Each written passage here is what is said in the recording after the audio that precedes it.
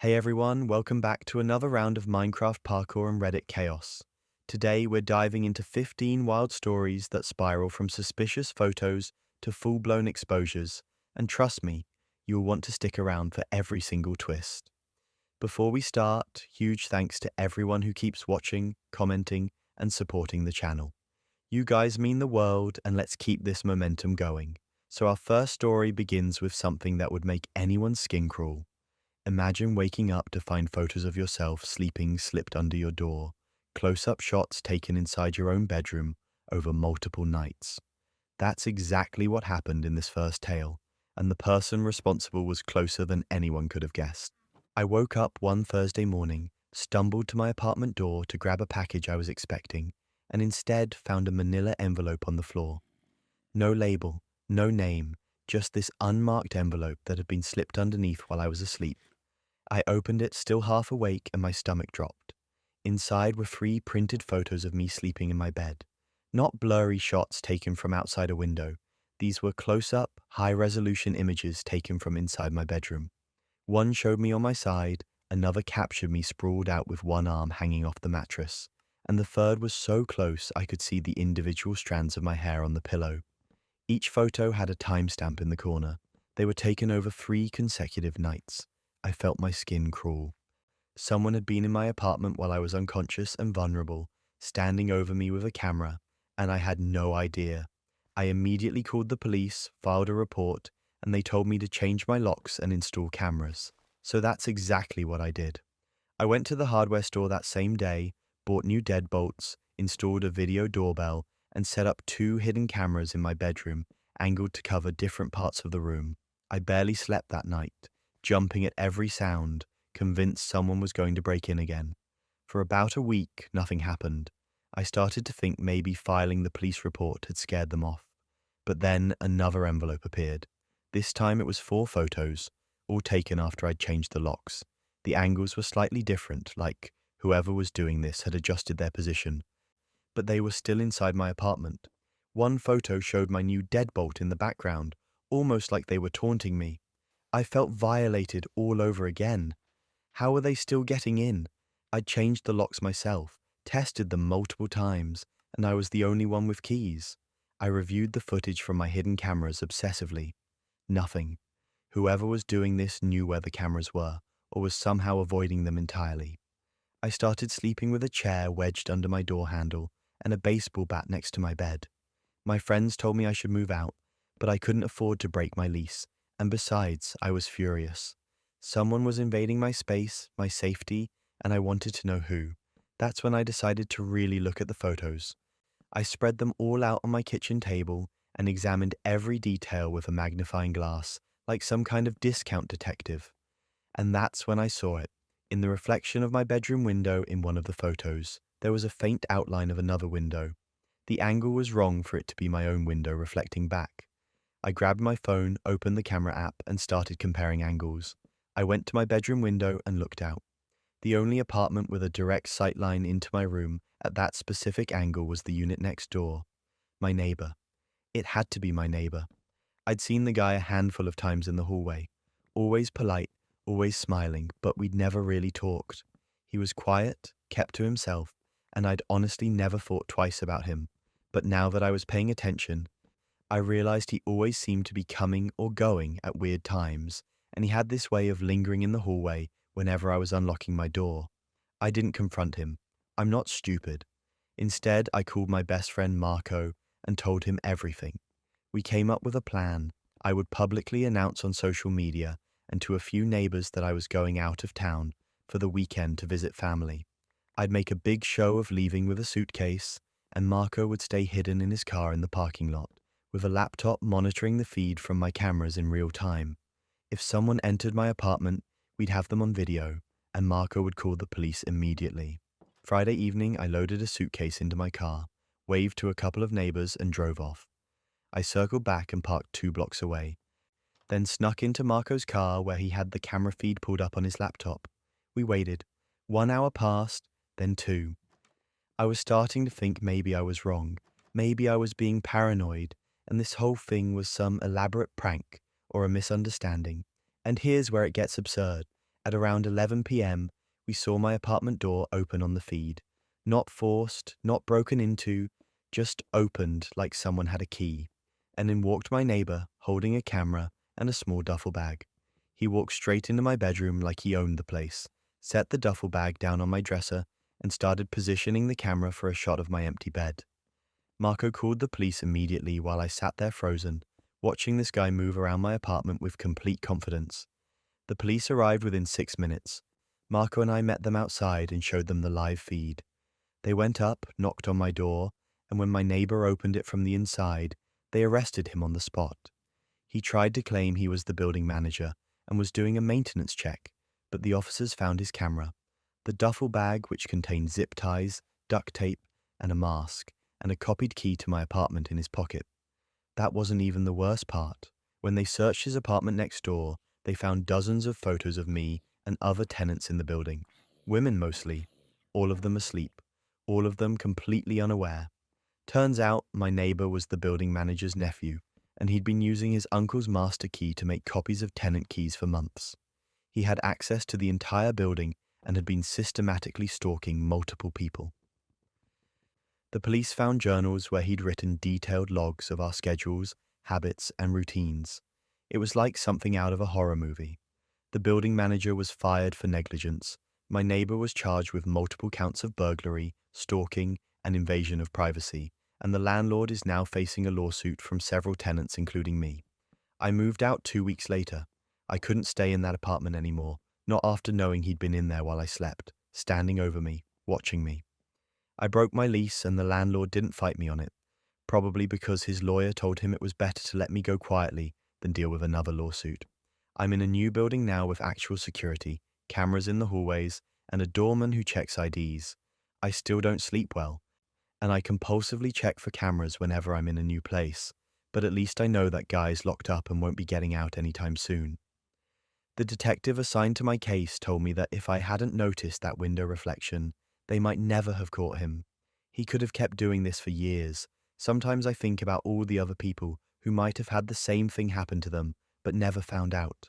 That thought keeps me up at night more than anything else. If you've made it this far into the chaos, you're as addicted to Reddit drama as I am. Make sure to subscribe and tell me where you're watching from in the comments below. Now, back to the madness because trust me, it gets worse. But while we're talking about people who take things way too far, the next story proves that sometimes the person ruining your life is the one you literally saved. Last summer, I did something I thought was pretty straightforward. I saved someone's life. I was at the beach with a couple of friends, just a normal Saturday afternoon, when I heard screaming coming from the water. A woman was caught in a riptide about 50 yards out, and she was going under. Most people on the beach just stood there frozen, so I ran in. The current was brutal, but I managed to reach her and pull her back to shore. By the time we hit the sand, she wasn't breathing. I started CPR immediately, doing chest compressions and rescue breaths while someone called 911. It felt like forever, but eventually she coughed up water and started breathing again. Paramedics arrived a few minutes later and took over. She was conscious by then, crying and squeezing my hand, thanking me over and over. They loaded her into the ambulance and I gave my contact information to the EMTs in case they needed a statement. I went home that night feeling pretty good about myself, like I'd actually made a difference. A few days later, she reached out through social media to thank me again. Her name was Michelle. She sent this long, heartfelt message about how I'd given her a second chance at life and how grateful her family was. I told her I was just glad she was okay and that anyone would have done the same thing. We exchanged a few more messages, nothing deep, just her updating me on her recovery. Then the messages stopped and I figured she'd moved on with her life. I thought that was the end of it. I was so wrong. 2 months later, I was at work in the middle of a meeting when our receptionist called my extension and said someone was in the lobby demanding to see me. I excused myself and went downstairs, and there was Michelle. But she didn't look grateful anymore. She looked furious. She started yelling at me in front of everyone, accusing me of assaulting her, saying I had no right to touch her without permission. I was completely blindsided. I tried to calm her down and reminded her that I'd saved her life, that she was literally drowning. She screamed that she never consented to CPR, that I violated her body, and that I should have let her die if I wasn't going to respect her autonomy. Security had to escort her out while she was still shouting. My coworkers just stared at me. I went back to my desk in shock, trying to process what had just happened. Then came the breaking point. That same night, she posted about me on social media. She wrote this long post calling me a predator and claiming I used the drowning as an excuse to assault her. She said I performed CPR inappropriately, that I touched her in ways that weren't necessary, and that the whole thing traumatized her. She tagged the beach location, mentioned the company I worked for, and even posted a photo of me she must have pulled from my profile. The post went viral in our local community. People who didn't know the full story started sharing it, calling me disgusting, saying I should be arrested. Then she posted my home address. Suddenly, I had strangers showing up at my apartment, leaving notes calling me a monster. My phone was blowing up with messages from people I hadn't spoken to in years, asking if the allegations were true. My boss called me that night and said I was being placed on administrative leave, pending an internal investigation. I couldn't believe this was happening. The audacity is honestly breathtaking. Within a week, she'd filed a lawsuit against me for assault and emotional distress. The legal documents claimed I intentionally caused her harm under the guise of providing medical assistance. She was seeking $100,000 in damages. I had to hire a lawyer, which immediately drained my savings. My attorney told me this was going to be a long fight, and that even though the case was absurd, I needed to take it seriously because her social media campaign had already done damage to my reputation. We started gathering evidence. I provided statements from the friends who were with me that day, contact information for the bystanders who witnessed the whole thing, and requested the paramedic report from the beach rescue. Every single person confirmed the same story. She was unconscious, not breathing, and I performed textbook CPR that saved her life. But that wasn't even the worst part. While the lawsuit was pending, Michelle continued her harassment campaign online. She created a website with my name and photo, calling me a predator and warning people to stay away from me.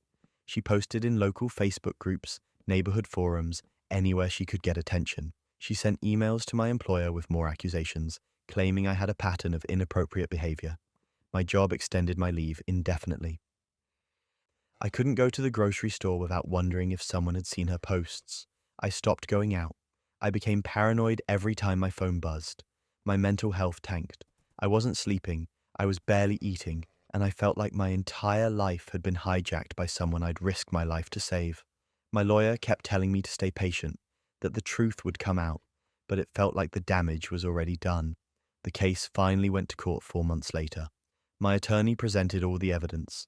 The paramedics testified that I performed CPR correctly and that without my intervention, Michelle would have died. The bystanders confirmed she was unconscious and not breathing. The beach patrol had even filed an official report documenting the rescue. Michelle's attorney couldn't provide any medical evidence to support her claims. The judge reviewed everything and dismissed the case with prejudice, meaning she couldn't refile. He actually lectured her in court, saying that frivolous lawsuits like this discourage people from helping others in emergencies and that her behavior was reprehensible. I felt a wave of relief, but I knew it wasn't over. Because even though the case was dismissed, Michelle didn't stop. She doubled down online, claiming the system had failed her and that I'd somehow manipulated the evidence.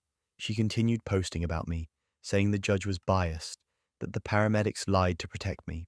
My lawyer advised me to file for a restraining order, so I did.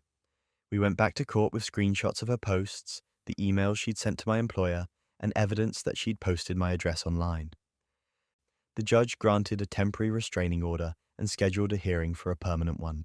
During that hearing, my attorney dropped a bombshell. He'd done a background check on Michelle and discovered she had a history of filing frivolous lawsuits. She'd sued a former employer for wrongful termination, a landlord for unsafe living conditions, a gym for emotional distress, all dismissed or settled for nuisance amounts. She had a pattern of targeting people and trying to extract settlements. The judge was visibly disgusted. He granted the permanent restraining order and warned her that any further contact would result in criminal charges. They basically built their own downfall. Michelle finally went quiet after that, but the damage to my life was already done. My employer eventually reinstated me, but the workplace culture had shifted. People were awkward around me, like they didn't know what to believe. Some coworkers were supportive, but others kept their distance. The social media posts were still out there, cached on websites and shared in screenshots, so random people would still occasionally recognize my name and make comments. I had to scrub my online presence, delete old profiles, and basically go into digital hiding. I'm still dealing with the fallout. My reputation in the community took a hit that's been hard to recover from. I've thought a lot about what I would do differently, and honestly, I don't know. Part of me wishes I'd just let someone else handle it, but I also know that if I hadn't acted, she would have died. That's the part that keeps me up at night. I saved her life, and she tried to destroy mine in return. I've talked to other people who've been through similar situations, and it's more common than you'd think. Good Samaritan laws exist to protect people who provide emergency assistance, but they don't protect you from being dragged through the mud online or having to spend thousands on legal fees to defend yourself. The laws don't stop someone from lying about you on social media or filing a baseless lawsuit just to hurt you. I've become cynical in a way I never was before. I see someone in trouble now, and my first thought isn't how can I help? It's what's this going to cost me? That's a terrible way to live, but it's the reality she left me with. The restraining order is still in effect, and as far as I know, Michelle moved to a different city. I haven't heard from her directly in over a year, but I still check my name online periodically to see if she's posted anything new. So far, nothing. My lawyer said if she ever violates the order, we can pursue criminal charges, but I'm hoping it never comes to that. I just want to move on. I've started volunteering with a local first aid training program, teaching people CPR and water safety, partly as therapy and partly because I still believe those skills matter. But I'm careful now. I document everything. I don't go to the beach alone, and I'm hyper aware of how quickly a good deed can be twisted into something ugly. Looking back, I don't regret saving her life. I regret that she was the kind of person who would weaponize it. And I'll be honest, if I saw someone drowning today, I'd probably still jump in. But I'd also make sure there were cameras rolling, because apparently that's the world we live in now. My husband David had always traveled a lot for work. Sales conferences, client meetings, regional training sessions, you name it. I'd gotten used to him being gone 2 or 3 nights a week, and honestly, I didn't mind the alone time. We'd been married for 6 years, and I trusted him completely, or at least I thought I did. One Tuesday evening, I was working from home and my internet kept dropping. I'm talking every 5 minutes, the connection would just die, and I'd have to reset the router. It was driving me insane because I was on a deadline, so I logged into our router's admin panel to see what was going on. Maybe someone was streaming something massive. Maybe there was interference. I don't know. I just wanted it fixed. That's when I noticed something weird in the network activity logs. There was a device listed that I didn't recognize. Not a huge deal. Sometimes old devices stay in the log even after you've gotten rid of them. But this one had connected earlier that same day, right around lunchtime. I clicked on it to get more details, and my stomach did a little flip. It was David's laptop, his work laptop that he always took with him on business trips. The laptop that was supposed to be with him in Denver right now. I sat there staring at the screen, trying to make sense of it. Maybe he forgot it? Maybe he came home to grab something, and I just didn't notice? But that didn't make sense because his car wasn't in the driveway when I'd gotten home from my morning coffee run. I dug deeper into the logs, going back a few weeks, and that's when I saw the pattern. David's laptop had been connecting to our home Wi-Fi on days he was supposedly out of town. Not every day, but enough that it couldn't be a coincidence. Then I noticed something else. On those same days, his laptop had also connected to another network, a network called Sarah's House. Sarah, our neighbor, the woman who lived 3 doors down with her husband and 2 kids. The same Sarah who David had mentioned a few times, saying they were working together on some volunteer project for the neighborhood association. The same Sarah who always seemed to be outside gardening or checking her mailbox whenever David got home from work. I felt like I was going to be sick. I closed my laptop and sat there in silence for a solid 10 minutes, just processing. Then I did what any rational person would do. I logged into our shared cloud backup account. David and I had set it up years ago to automatically back up our emails, photos, and documents. He probably forgot it even existed. I pulled up his sent folder and started scrolling. There it was, email after email with subject lines like itinerary for Denver conference and flight confirmation Portland trip, all sent from Sarah's Wi-Fi network. I cross-referenced the dates with the network logs. Every single time David said he was traveling for work, his laptop had been at Sarah's house. He wasn't going to conferences. He wasn't meeting clients. He was next door, 3 houses down, probably drinking coffee in her kitchen while her husband was at work and her kids were at school. I wanted to scream. I wanted to throw something. Instead, I took screenshots of everything. The network logs, the emails, the timestamps, all of it. I saved it all to a folder on my personal laptop, and then I closed everything and went downstairs to make dinner like nothing had happened. David got home that Friday, wheeling his suitcase through the door with this big smile, talking about how exhausting the Denver trip was and how glad he was to be home. I asked him how the conference went. He launched into this whole story about keynote speakers and networking events, and I just nodded along, watching him lie to my face with zero hesitation. That night at dinner, I casually brought up the Wi-Fi issue. I told him I'd been having connection problems and noticed his laptop had been pinging our network, even though he was supposed to be out of town. I said it like it was no big deal, just a weird tech glitch I wanted to mention. He didn't even blink. He just shrugged and said his laptop must have auto-connected by mistake, maybe some kind of cloud sync issue. He said it so smoothly, so confidently, like he'd already prepared an answer for this exact question. I didn't push it. I just smiled and said that made sense, and we finished dinner. But inside, I was done. I'd already made up my mind about what I was going to do next. The next morning, while David was at his actual job, I walked down to Sarah's house and knocked on the door. She answered in yoga pants and an oversized sweater, looking surprised to see me. I told her we needed to talk, and I watched the color drain from her face. She knew. She immediately knew why I was there. We sat in her living room and I didn't waste time. I told her I knew about the affair. I told her I had proof, timestamps, emails, everything. And here's where it gets absurd.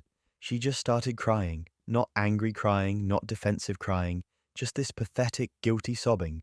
She admitted everything. 8 months. They'd been sleeping together for 8 months. It started, she said, when David helped her move some furniture, and then it just escalated. She said she felt terrible, that she never meant for it to happen. All the usual cliches people say when they get caught doing something unforgivable. I asked her if her husband knew. She said no. I told her she had 2 choices. She could tell him herself, or I would. Then I left. I didn't yell, I didn't call her names, I just walked out and went home. That evening, I told David I wanted a divorce. I didn't ease into it, didn't set the stage, just looked him in the eye over dinner and said I was filing. He looked genuinely shocked, started asking what he did wrong, where this was coming from, the whole performance. So I pulled out my laptop and showed him everything. The network logs, the emails sent from Sarah's Wi-Fi, the timeline of his fake business trips. I watched him go from confused to defensive to silent in about 30 seconds. He tried to apologize. He tried to say it was a mistake, that it didn't mean anything, that he loved me and wanted to work it out. I told him he could work it out with Sarah because I was done. I'd already contacted a lawyer, and I'd already made copies of all the evidence. He moved out that weekend. Sarah's husband found out 2 days later. I don't know if she told him or if he figured it out on his own, but either way, he filed for divorce too. The whole neighborhood found out within a week because apparently people love to gossip, and suddenly David and Sarah were the main characters in everyone's least favorite drama. The divorce went faster than I expected. I kept the house because I'd made the down payment with money from my inheritance, and David didn't want to fight me on it. He knew he'd screwed up, and his lawyer probably told him to take the L and move on. Sarah's divorce was messier because they had kids involved, but last I heard, her ex-husband got primary custody. David and Sarah ended up moving in together about 4 months later. They're renting a cramped apartment on the other side of town, the kind of place with paper-thin walls and a landlord who doesn't fix anything. I heard through a mutual friend that they're miserable. Turns out an affair is a lot more exciting when it's secret and forbidden, when it's your actual daily life with bills and responsibilities and no fantasy left to hide behind. It's just sad and exhausting. Meanwhile, I'm still in the house. I got a promotion at work, adopted a dog, and started seeing someone new who doesn't think Wi-Fi networks are a good place to conduct an affair. Life is significantly better without someone who thinks lying is an acceptable long-term strategy. The funniest part? David still lives close enough that I see him sometimes at the grocery store. He always looks uncomfortable, like he wants to say something but knows he has no right. I just smile, grab my organic produce, and keep moving. Karma really doesn't need any help when people are this determined to ruin their own lives. And if you think Wi-Fi networks can expose secrets, just wait until you hear what happened when someone's entire identity got stolen by the last person they suspected. I'd been noticing weird charges on my credit card for about 2 weeks before I actually did anything about it. At first it was small stuff, like $7 at a coffee shop I'd never been to, $12 at some random convenience store across town. I figured maybe my card got skimmed somewhere and someone was testing it to see if I'd noticed before they went big. I made a mental note to call the bank, but I kept putting it off because, honestly, who has time to sit on hold for 40 minutes with a fraud department? Then the charges started getting bigger. $60 at an electronics store, $120 at some sneaker outlet. I was finally sitting down with my laptop open, ready to dispute everything, when I got a text from a number I didn't recognize. It said, "Hey, do you want to split the Uber Eats order? It's coming to the apartment." I stared at my phone, confused. I hadn't ordered anything. I texted back asking who this was, and they replied with my own address. That's when my stomach dropped. Someone was ordering food to my apartment using what I assumed was a stolen credit card, probably one of mine, and they were brazen enough to ask me if I wanted to split it. The audacity was genuinely impressive in the worst possible way. I didn't respond. Instead, I immediately pulled up my credit report, something I should have done 2 weeks ago, and what I found made me feel physically sick. There were 3 new credit cards opened in my name. 3. All within the last month and a half. I'd never applied for any of them. The credit limits were maxed or nearly maxed on 2 of them, and the third one had been opened just days ago. Thousands of dollars in charges I didn't make, all tied to my name, my social security number, my credit score that I'd spent years building. I was furious and panicking at the same time. I started going through the accounts, trying to figure out where the statements were being sent, and that's when I realized all the mailing addresses had been changed to a P.O. box I didn't recognize. Whoever did this had planned it carefully. They'd intercepted my mail, rerouted statements, and I'd been completely oblivious. I was about to call the police when my roommate Jake knocked on my door and asked if I wanted to grab dinner later. Jake and I had been living together for about 8 months. We weren't close friends or anything, just 2 people who needed a roommate to afford rent in this city. He was quiet, kept to himself, paid his half of the bills on time. I had no reason to suspect him of anything. So when he walked into my room holding his phone and asked what I was doing this weekend, I was still thinking the identity thief was some random stranger halfway across the country. He turned his phone toward me to show me some event he wanted to go to, and that's when I saw it. In the background of his screen, partially visible behind the event page, was an email notification. I only caught a glimpse, but it was enough. The email preview showed a confirmation message for a credit card activation, and it had my name on it. But the email address it was sent to wasn't mine, it was his. I felt everything click into place at once. The charges, the rerouted mail, the Uber Eats text. It was him. It was Jake. My roommate had stolen my identity and had been living off fraudulent credit cards in my name for over a month, and he'd just accidentally shown me the evidence. I didn't react right away. I forced myself to stay calm, told him I'd think about the weekend plans, and waited for him to leave my room. The second he closed the door, I took screenshots of everything on my credit report, called the police non-emergency line, and explained the situation. They told me to file a report online and that they'd send an officer over to take a statement. Then came the breaking point. I decided I needed to confront him before the police showed up. Partly because I wanted answers and partly because I was so angry I couldn't just sit there and wait. I walked into the living room where Jake was watching TV and asked him point blank if he'd opened credit cards in my name. He looked at me like I'd lost my mind and said no. Why would he do that? I told him I saw the email on his phone. His face went pale. He stammered for a second, then tried to play it off. He said he was helping me build my credit because he noticed I didn't have many cards, and he thought he was doing me a favor. A favor. He genuinely tried to sell me the idea that committing felony identity theft was some kind of friendly gesture.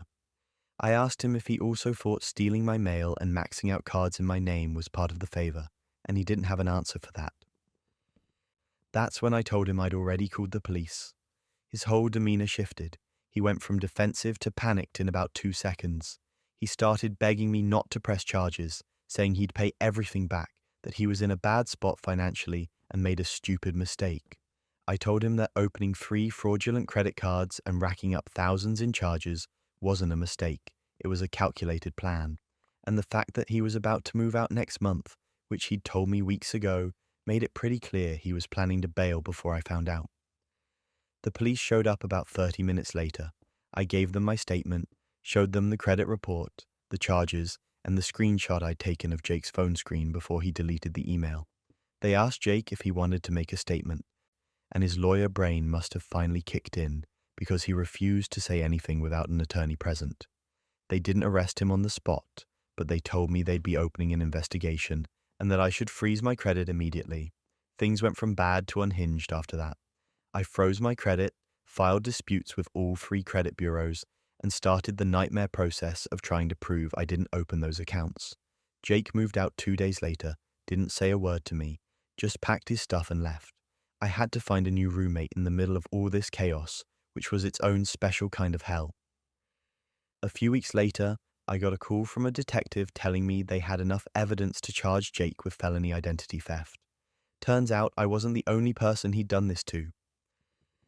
They found records showing he'd stolen mail from at least 2 previous roommates and opened accounts in their names too. He had a whole system. He'd move in with someone, gain their trust, steal their personal information, open credit accounts, max them out, and then move out before anyone noticed. I just happened to catch him because of one careless screenshot. Jake's now facing multiple felony charges and awaiting trial. I'm still dealing with the fallout. My credit score tanked, I've spent hours on the phone with banks and credit agencies, and I have to check my credit report obsessively to make sure nothing else pops up. The worst part is knowing that someone I lived with, someone I trusted enough to share a space with, was systematically destroying my financial life while I slept 10 feet away. I did eventually get most of the fraudulent accounts removed from my credit report, but it took months and so much documentation I could have wallpapered my apartment with it. And every time I think I'm done dealing with it, another collections notice shows up or another dispute gets rejected and I have to start the process all over again. The detective told me that if Jake hadn't sent me that screenshot, I might not have figured it out until he was long gone and the damage was even worse. So I guess I should be grateful for his stupidity, but mostly I'm just exhausted.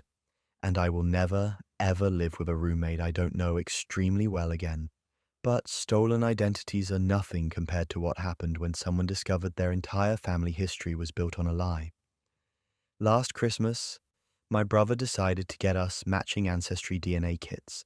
He wrapped them up all excited, talking about how it would be this cool bonding experience where we'd trace our family tree together and maybe find some distant cousins in Ireland or something.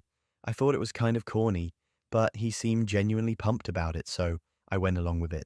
We did the whole cheek swab thing on Christmas morning, mailed our samples off in those prepaid envelopes, and then kind of forgot about it for a few weeks while we waited for results. About 6 weeks later, I got an email saying my results were ready. I logged in expecting to see a pie chart showing I was like 80% Irish and 20% German or whatever, and that's basically what I got. Nothing shocking, nothing interesting, just a standard breakdown of European ancestry that matched what our family had always told us. I texted my brother asking if his results came in yet, and he just replied with "call me now" in all caps. I called him immediately, and the second he picked up, I could tell something was off. His voice had this weird, shaky quality to it, like he was either about to cry or about to start yelling. He asked me if I'd looked at my results yet, and I told him yeah, it was just the usual European stuff we expected. Then he went quiet for a second and said his results showed he was 50% Korean. I actually laughed because I thought he was joking. Our parents are both white. Our whole family is white. There's no Korean ancestry anywhere in our family history. I told him there must have been a lab mix-up, that these companies screw up samples all the time and he should just contact customer service. But that wasn't even the worst part. He told me he'd already confronted our mum about it, and she'd broken down and admitted everything. 30 years ago, she had an affair with a colleague from her office, a Korean-American man she'd worked with on some project. She got pregnant, never told the guy, and just let our dad believe my brother was his biological son. My brother had been living his entire life thinking he knew who he was, and a $99 DNA kit just blew up everything he thought he knew about his identity. I felt sick. I tried to tell him I was sorry, that I had no idea, that none of us could have known, but he just kept saying this was my fault. If I hadn't agreed to do the test with him, if I'd talked him out of it, none of this would have happened. He would have just kept living his life not knowing, and that would have been better. I tried to argue that the truth is always better than a lie, but honestly, I wasn't even sure I believed that anymore. The fallout was immediate and catastrophic. My brother went straight to our dad and told him everything. He was angry, he felt betrayed, and he wanted our dad to know that Mum had been lying to him for 3 decades. Our dad was completely blindsided. He's the kind of guy who doesn't show a lot of emotion, but I could hear it in his voice when he called me later that night. He sounded destroyed. He kept asking me if I knew, if Mom had ever said anything to me, if there were signs he should have seen. I had nothing to give him. I was just as shocked as he was. Dad moved out within a week. Just packed his stuff and rented an apartment across town. He told me he didn't know if he could ever look at Mum the same way again, and honestly, I didn't blame him. She'd lied to him for 30 years, let him raise a child that wasn't biologically his, and never gave him the option to make an informed choice about his own life. That's not a small thing. That's foundational betrayal. Mum completely fell apart. She stopped going to work, stopped answering her phone, and just sort of retreated into the house. I tried to visit her a few times, but she could barely hold a conversation. She kept saying she never meant for any of this to happen, that she'd made a mistake when she was young, and then just kept making it worse by covering it up. I felt bad for her, but I was also furious. She had choices all along the way. She could have told the truth at any point, and instead she let it become this ticking time bomb that was always going to go off eventually. My brother, meanwhile, decided I was the enemy. He stopped returning my calls, blocked me on social media, and told our extended family that I was the one who pushed him to take the test in the first place. Which is insane because he's the one who bought the kits. He's the one who wanted to do this whole ancestry thing. I just went along with it. But he needed someone to blame who wasn't Mom, and I was the easy target. Then came the breaking point. Our extended family started choosing sides, like this was some kind of divorce. My dad's side of the family rallied around him, talking about how betrayed he must feel, and how Mum was always kind of sketchy. My mum's side tried to defend her, saying mistakes happen and everyone deserves forgiveness. Holidays became a logistical nightmare. Thanksgiving was split into 2 separate dinners at 2 separate houses. Christmas was basically cancelled. Every family gathering turned into this tense, awkward situation where people were watching what they said and trying not to bring up the elephant in the room. My brother legally changed his last name, dropped our dad's surname and took our mum's maiden name instead, which felt like this huge symbolic rejection of the man who'd raised him his entire life. Our dad was gutted. He'd been there for every birthday, every school play, every baseball game, and now my brother was acting like none of that mattered because they didn't share DNA. It was brutal to watch, and here's the part that still makes me shake my head. My brother decided to reach out to his biological father. He tracked the guy down through social media, sent him a message explaining the situation, and asked if they could meet. The guy responded, but not in the way my brother hoped. He basically said he had his own family now. He wasn't interested in reopening the past, and he'd appreciate it if my brother didn't contact him again. So now my brother doesn't have the dad who raised him, and the biological father who helped create him wants nothing to do with him. He's just floating in this weird identity limbo, angry at everyone and blaming me for all of it. I'm stuck in the middle of this absolute disaster, watching my family disintegrate in real time over something that started as a fun Christmas gift. My parents are probably getting divorced. My brother won't speak to me. Family gatherings are split down the middle like we're reenacting the Civil War, and all of it traces back to a $99 DNA test that was supposed to tell us we had ancestors from County Cork or something. I've tried to apologize to my brother, tried to explain that I never could have predicted this outcome, but he's not interested. He's convinced that if I'd just said no to the DNA test, none of this would have happened. And maybe he's right. Maybe ignorance really is bliss. Maybe some secrets are supposed to stay buried. But I can't undo what's already been done. The truth is out there now, and there's no putting it back in the box. The whole thing has made me paranoid about those DNA tests. Everyone treats them like harmless novelty items, but they're basically grenades that can blow up your entire understanding of your family. I know people who found out about secret siblings, discovered their parents aren't their biological parents, uncovered affairs, and learned things they can never unknow. And once that information is out there, it changes everything. I still think about what my brother said, that it would have been better not to know. Part of me agrees with him. Our family was functional before. We had our problems, sure, but we were intact. Now we're scattered pieces of something that used to be whole, and I don't know if we'll ever get back to anything resembling normal.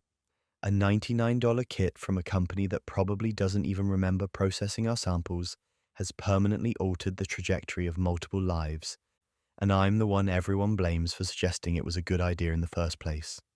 Family secrets have a way of exploding at the worst possible moment, which brings us to a wedding disaster that nobody saw coming. I've been to a lot of weddings in my life, but I've never seen one implode quite like my cousin Emma's. This wasn't a case of cold feet or a drunken family argument. This was a full-scale detonation in front of 200 guests, complete with gasps, screaming, and the groom getting physically removed from the venue. Emma had been planning this wedding for over a year. She's the kind of person who color codes everything and has backup plans for her backup plans. The venue was this gorgeous vineyard, the flowers were perfect, the dress cost more than my car, and everyone was genuinely happy for her. Her fiancé Jake seemed like a decent guy. A little bland, maybe, but he treated her well. Or so we all thought. I was sitting with my parents and a few other relatives during the reception, and everything was going smoothly. Dinner had just finished and people were starting to relax, chatting and laughing. That's when the best man stood up. His name was Tyler, and he was Jake's college roommate. He'd known Jake for years, and he seemed a little nervous when he grabbed the microphone, but everyone just assumed it was normal best man jitters. He started with the usual jokes about how he never thought Jake would settle down, some story about a failed spring break trip, the standard stuff. Then he said he had a special surprise. He announced that he'd put together a video montage of Emma and Jake's relationship, a highlight reel of their journey together. Everyone smiled. Emma looked genuinely touched. Tyler pulled out his laptop, connected it to the projector, and told everyone to get ready for something special. The lights dimmed, the screen lit up, and that's when everything went sideways. Instead of romantic photos of the couple at the beach or candid shots from their engagement party, the screen showed grainy security footage from what looked like a bar. The timestamp in the corner read 2 weeks ago, and there, clear as day, was Jake. He was leaning against a booth and he was making out with a woman who was definitely not Emma. Not just a quick kiss either. This was full on, hands all over each other, zero ambiguity about what was happening. The footage kept rolling for what felt like an eternity, but was probably only 10 seconds before someone gasped loud enough to snap everyone out of their shock. The room went completely silent. You could have heard a pin drop. Then Emma screamed. Not a cry, not a sob. A full scream. She stood up so fast her chair fell backward, and she just ran, sprinted out of the reception hall in her wedding dress, trailing fabric and flowers behind her. Her bridesmaids scrambled after her, and the entire room erupted into chaos. People were standing up talking over each other, pointing at the screen, and Jake just sat there frozen, his face completely white. Tyler looked absolutely horrified. He started frantically clicking on his laptop, shouting that he grabbed the wrong file, that this wasn't supposed to happen, that he was so sorry. But the damage was done. Emma's dad stood up and told Jake to leave. Just like that. Get out. Jake tried to stammer some kind of explanation, saying it wasn't what it looked like, that he could explain, but Emma's 2 older brothers were already moving toward him. They didn't touch him, but the message was clear. He grabbed his jacket and left, practically running to his car while guests stared. I was in shock. We all were.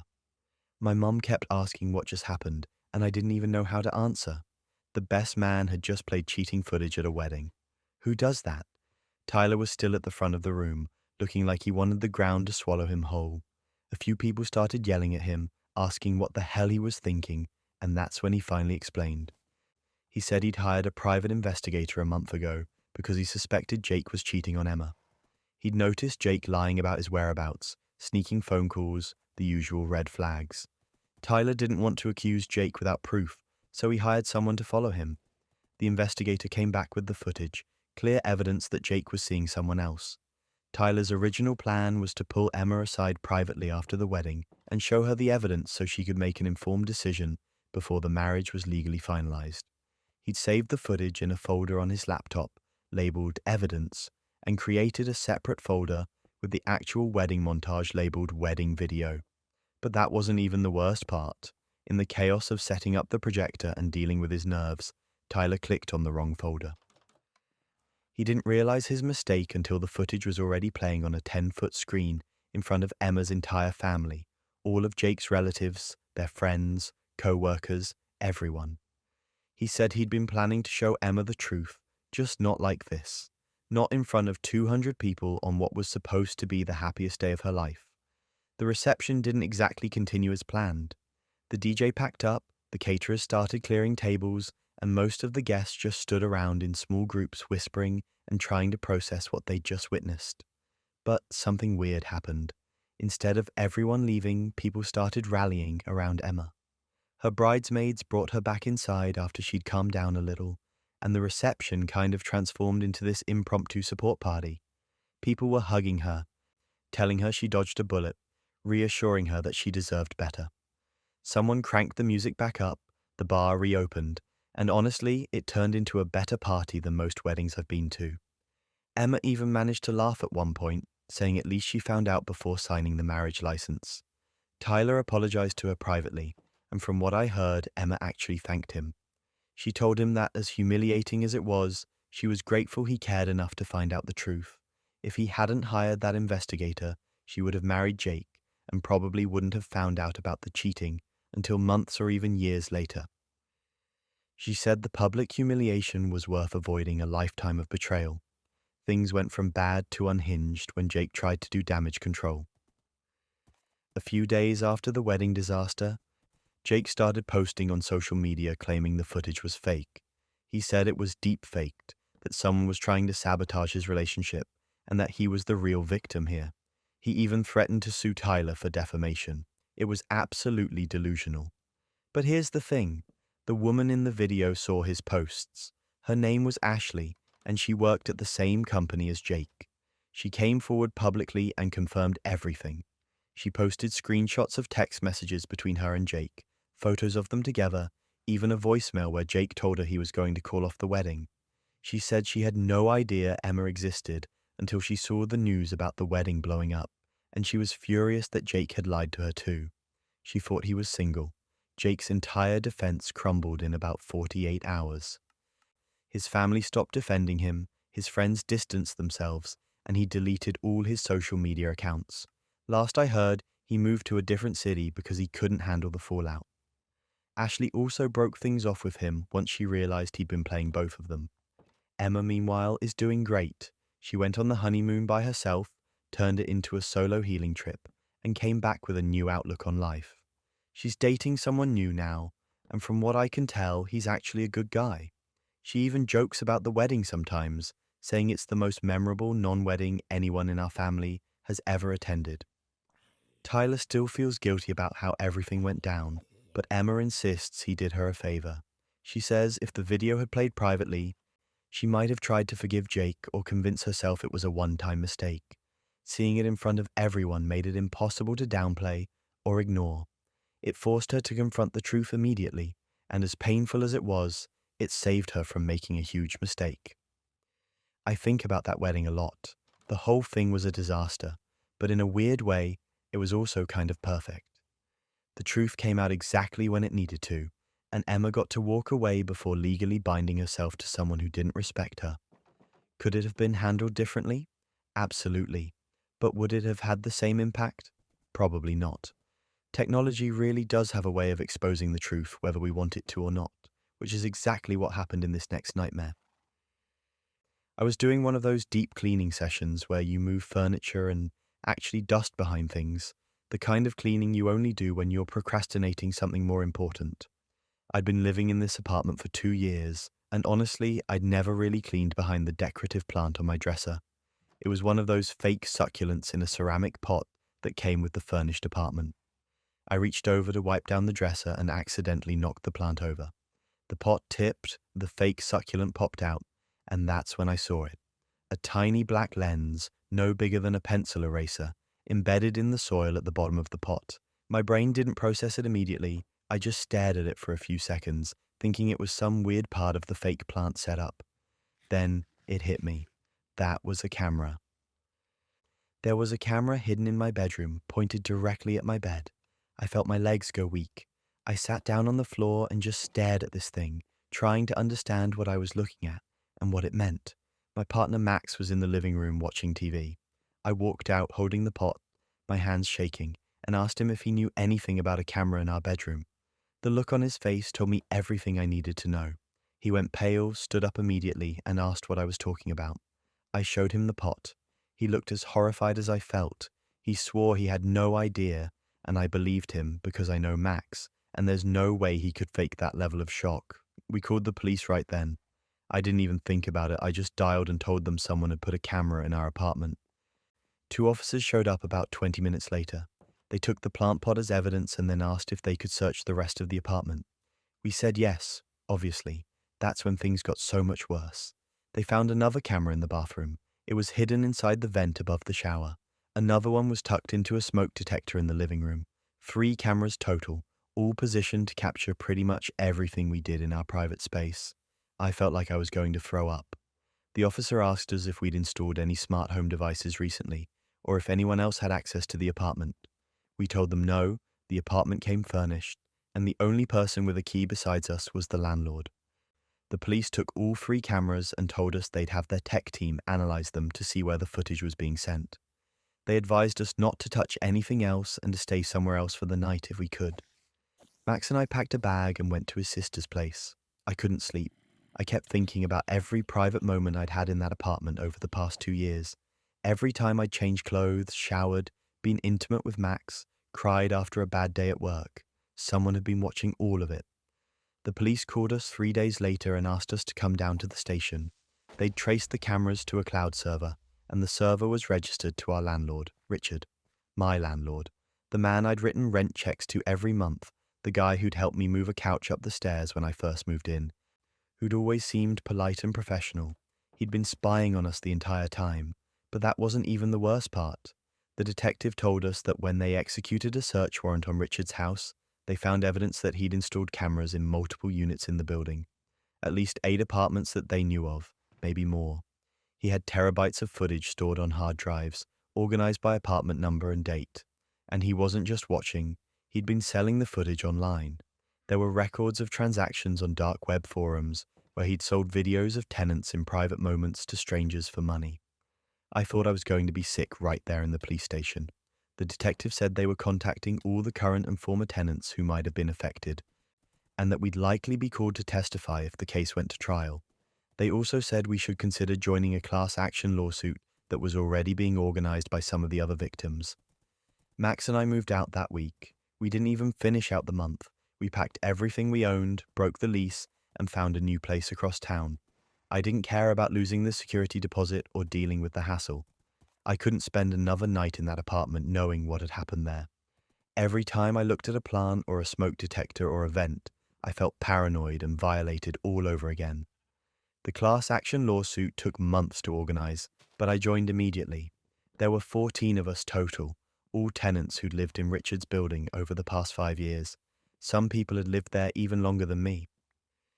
One woman had raised her kids in that building for 7 years. The thought of children being recorded without consent made the whole thing even more sickening. Richard tried to claim the cameras were for security purposes, that he was monitoring the building for break-ins. His lawyer actually stood in court and said that with a straight face, but the prosecution had the receipts. They had his sales records, chat logs with buyers, and the footage itself organized in folders, labeled with things that made it very clear this wasn't about security. The jury took less than 4 hours to convict him on multiple counts of voyeurism, invasion of privacy, and distribution of illegal recordings. He's facing 12 years in prison. 12 years, and honestly, it doesn't feel like enough. No amount of time can undo what he did or make me feel safe again. I moved to a new apartment, one that I found myself, in a building managed by a large corporate company with actual oversight and regulations. But I'm different now. I compulsively check every room I enter. I inspect smoke detectors, vents, decorative objects, anything that could hide a camera. Max thinks I'm being paranoid, But he also doesn't stop me because he gets it. The worst part is knowing I lived there for 2 years before I found anything. 2 full years of my life were recorded and sold to strangers, and I had no idea. I think about how many times I walked around that apartment feeling safe and private, and the whole time someone was watching. It makes me feel stupid and angry and violated in a way I can't fully articulate. I got a small settlement from the class action lawsuit. It wasn't much, just enough to cover moving expenses and a few months of therapy. The therapy helped more than the money. My therapist told me that what Richard did was a profound violation of trust and safety, and that it's normal to feel hypervigilant afterward. She also told me that it wasn't my fault, that I had no way of knowing, and that I shouldn't blame myself for not finding the cameras sooner. I'm still working on believing that. Max has been incredible through all of this. He's patient when I need to check a room twice. He doesn't dismiss my anxiety, and he reminds me that we're safe now. But I know it affected him too. He's more cautious now, more aware of his surroundings in a way he wasn't before. Richard's sentencing was last month. I went to the hearing with 3 other tenants from the lawsuit. I wanted him to see our faces and know that we weren't just anonymous victims he could exploit.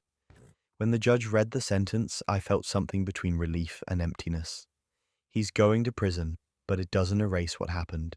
It doesn't give me back those 2 years of privacy. I still think about it sometimes, late at night when I can't sleep. I wonder who saw those videos. I wonder where they are now and if they're still out there somewhere. I hate that I'll never have answers to those questions, but I'm trying to move forward. I'm trying to reclaim my sense of safety one day at a time, and I'll never ever take privacy for granted again. Betrayals from strangers are horrible, but they pale in comparison to what happens when the person you trust most is hiding something unthinkable. I was cleaning out the garage on a Saturday afternoon, one of those tasks you put off for months until you can't ignore it anymore. We had boxes stacked everywhere, old holiday decorations mixed with random junk we hadn't touched in years. I was going through a box labeled Christmas lights when I found an iPhone tucked underneath some tangled strands of tinsel. It wasn't mine, and it definitely wasn't one of the kids' phones. I figured it was probably my wife's old phone from a few years back, something she'd forgotten about and stashed away.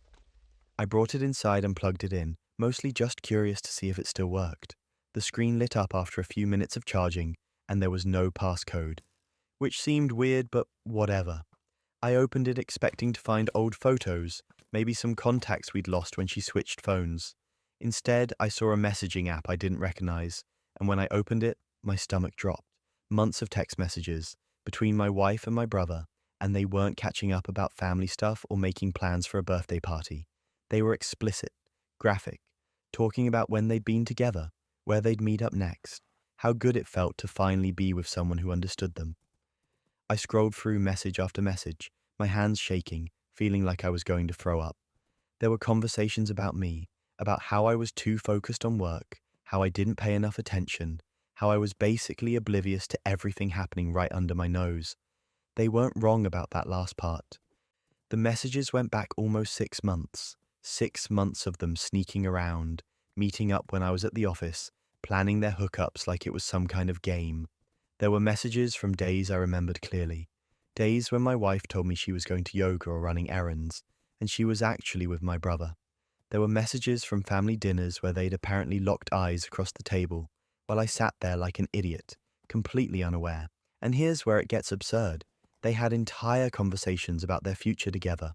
My wife talked about how she was trying to figure out the best way to divorce me without losing money in the settlement. She said she needed to be strategic, that she couldn't just leave without securing her half of everything we'd built. My brother, the guy I'd grown up with, the guy I'd trusted my entire life, was encouraging her, telling her to take her time to make sure she got what she deserved and that they'd be together soon enough. I sat in the kitchen for probably an hour just staring at that phone, reading through everything, torturing myself with the details. Part of me wanted to believe it was fake, that someone had planted this as some sick joke, but the details were too specific. They referenced things only the 3 of us would know. Inside jokes, family events, conversations we'd had. This was real. My wife and my brother had been having an affair for at least 6 months, and I'd been completely blind to it. I confronted my wife that night. I waited until the kids were asleep, and then I just put the phone on the kitchen table in front of her and asked her to explain. She picked it up, looked at the screen, and went pale. For a second, she didn't say anything, and I could see her brain working, trying to figure out how to spin this. Then she tried to claim the phone wasn't hers, that someone must have planted it to make her look bad. I asked her who would do that, and she didn't have an answer. She tried to grab the phone, but I'd already backed everything up to my laptop. I told her I had screenshots, I had copies, and there was no way she was talking herself out of this. She switched tactics then, started crying, saying it was a mistake, that she never meant for it to happen, that my brother had pursued her, and she'd been vulnerable. I called my brother right there in front of her. He answered on the second ring, and I asked him if he had anything he wanted to tell me. There was a long silence, and then he just hung up. Didn't deny it, didn't try to explain, just ended the call. That silence told me everything I needed to know. I spent the rest of the night in the guest room, going through those messages over and over, screenshotting the worst ones. By morning, I'd made a decision. I forwarded the screenshots to our family group chat, the one with my parents, my other siblings, my wife's parents, everyone. I didn't add any commentary, didn't explain anything, just sent the messages and let everyone see for themselves what had been going on. My phone exploded within minutes, calls from my mum, my dad, my sister, everyone trying to understand what they were looking at. My parents were devastated. My mum called my brother and apparently screamed at him for 20 minutes before telling him not to contact her again. My dad didn't say much, but I could hear the disappointment in his voice when he called me. My wife's parents tried to defend her at first, saying there must be some explanation, but the messages were pretty clear. There wasn't really any room for interpretation. I filed for divorce the following week, got a lawyer, started the process, and made it clear I wanted this done as quickly as possible. My wife tried to apologize, tried to say we could work through it, that she'd made a terrible mistake but still loved me. I told her I didn't care. She'd spent 6 months lying to my face, sleeping with my brother, and planning how to take my money when she finally left. There was nothing left to work through. What happened next? Nobody saw it coming. My wife moved in with my brother about a month after I filed. They just decided to stop hiding it and started living together openly. My brother rented an apartment across town, and she moved right in with him like they were some kind of normal couple. The fact that they're now together publicly somehow makes the whole thing worse. It's like they're rubbing it in everyone's faces, proving that the affair wasn't just a fling, that they actually want to be together. My parents have completely cut off my brother. He's not invited to family events, they don't return his calls, and my mum told me she doesn't consider him her son anymore. That felt extreme to me at first, but I get it.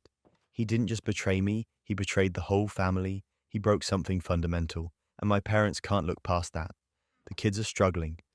They're old enough to know something's wrong, but young enough that they don't fully understand why mum doesn't live with us anymore, and why Uncle Jake isn't at family dinners. I've tried to explain it in age-appropriate ways, but how do you tell your kids that their mum cheated on you with their uncle? There's no good way to frame that. They're confused, they're hurt, and they keep asking when things are going to go back to normal. I don't have an answer for them because I don't think normal exists anymore. Family gatherings are fractured now, holidays are split, birthdays are awkward, and there's this constant tension whenever anyone brings up my brother or my ex-wife. My sister tries to keep things civil, but even she's struggling with the whole situation. She told me she feels like she lost a brother. And I told her I know exactly how she feels. I'm in therapy now, trying to work through the betrayal and the anger and the feeling that I should have seen this coming. My therapist keeps telling me it's not my fault, that people who cheat are good at hiding it, but I still replay every moment from the last 6 months trying to find the signs I missed. Were there days she came home late and I didn't question it? Were there times my brother acted weird around me and I brushed it off? I torture myself with these questions even though I know they don't change anything. The worst part is the nights. I lie awake thinking about how my wife and my brother are together now, living the life they planned while I was at work, and I feel this mix of rage and sadness that I can't shake. They took everything from me, my marriage, my trust, my family dynamic, and they don't even seem sorry. They just moved on like I was some obstacle they finally overcame. I'm rebuilding, slowly. I've got the kids, I've got my job, and I've got a therapist who's helping me process everything. But the betrayal still keeps me up at night.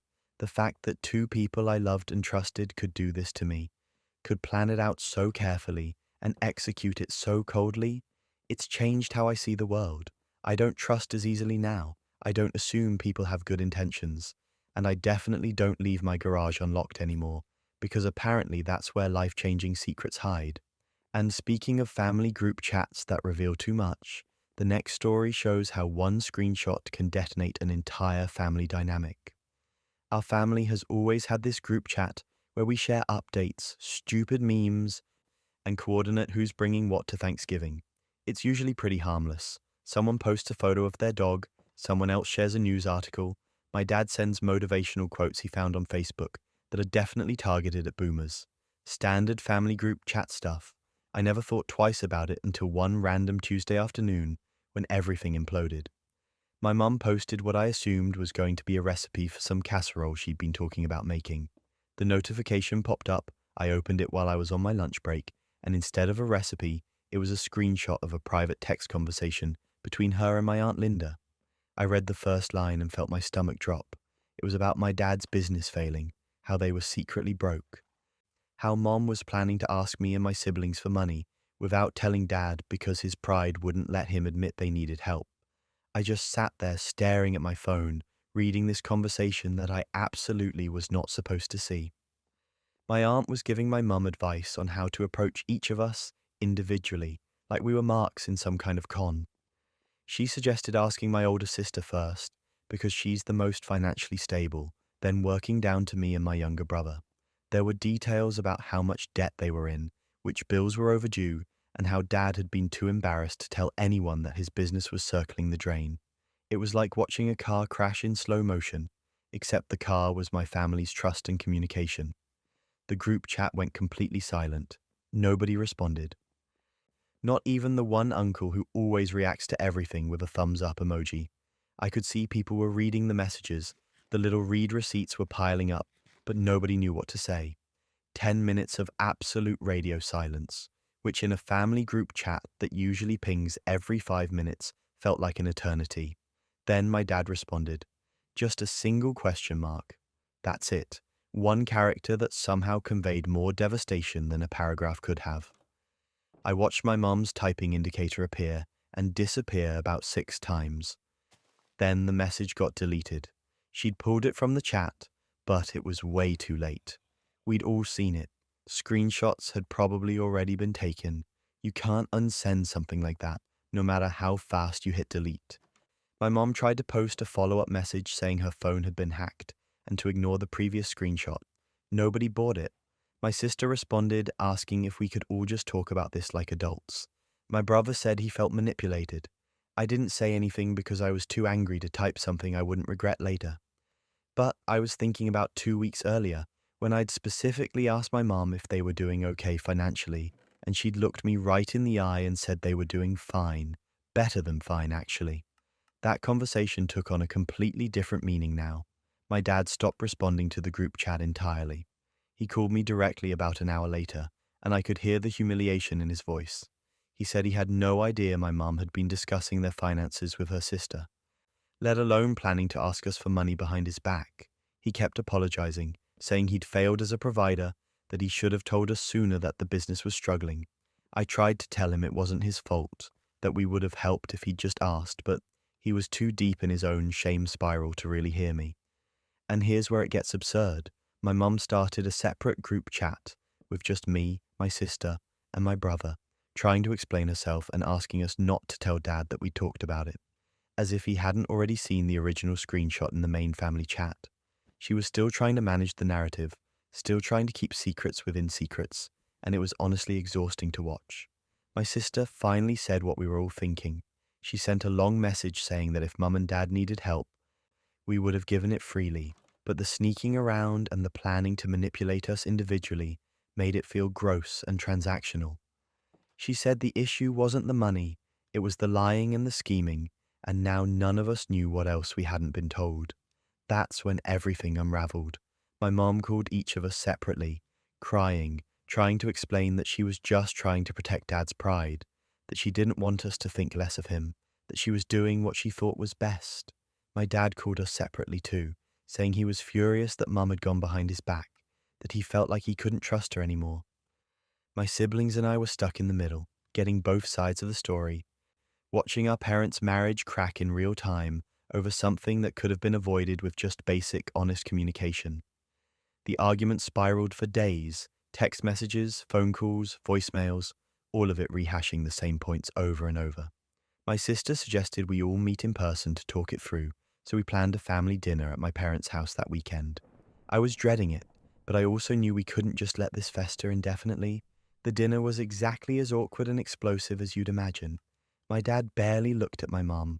My mom kept trying to justify her actions. My siblings and I tried to mediate, but honestly, we were all still processing our own feelings of betrayal.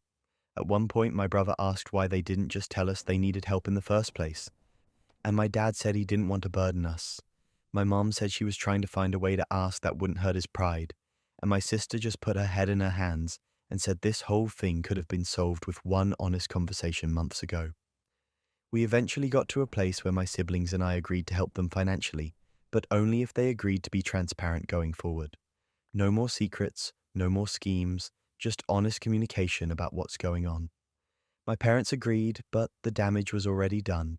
The trust that had been the foundation of our family dynamic was shattered, and rebuilding it was going to take a lot more than one difficult dinner. My mom and dad started going to counseling after that. I think the screenshot incident was the wake-up call they needed to realize their communication had completely broken down. They're working through it, slowly, but things are still weird. The family group chat got renamed to Trust Issues Central by my brother in a moment of dark humor, and honestly, it stuck. Nobody posts in it anymore except for the occasional happy birthday message or awkward holiday greeting. The casual, easy vibe we used to have is gone.